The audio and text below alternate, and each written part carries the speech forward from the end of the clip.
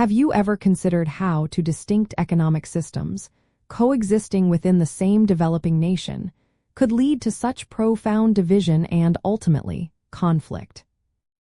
Broadly speaking, the antebellum northern economy was characterized by industrialization, diverse manufacturing, and commercial growth, while the southern economy remained largely agrarian, heavily reliant on cash crops such as cotton and fundamentally structured around enslaved labor.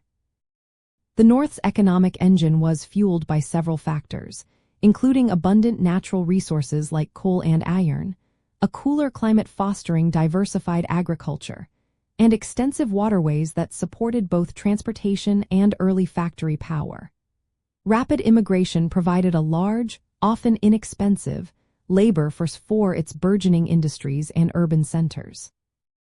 This led to a dynamic system of wage labor, extensive infrastructure development like railroads, and a growing financial sector.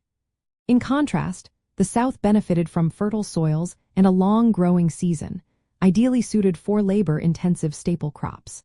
The vast majority of its wealth was tied up in land and enslaved people, with limited investment in industrial development or infrastructure beyond what served the agricultural export market. This created an economy dominated by large plantations and a rigid social structure built upon the institution of slavery. Understanding this fundamental economic divergence is crucial for comprehending the political and social tensions that escalated towards the Civil War. For instance, Northern industrialists often favored protective tariffs to shield their growing manufacturing sector from foreign competition, while Southern planters, who exported much of their cotton to Europe, generally opposed such tariffs as they increased the cost of imported goods. This economic chasm highlights the clash between what historians term free labor and slave labor systems. The Northern model, with its emphasis on individual wage earners and entrepreneurial spirit, fostered a belief in social mobility and a broadly distributed middle class.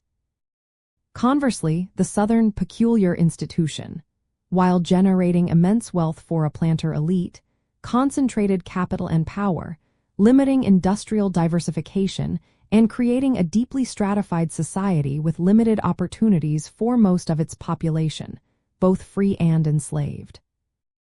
Ultimately, these vastly different economic foundations fostered distinct societal values, political interests, and visions for the nation's future.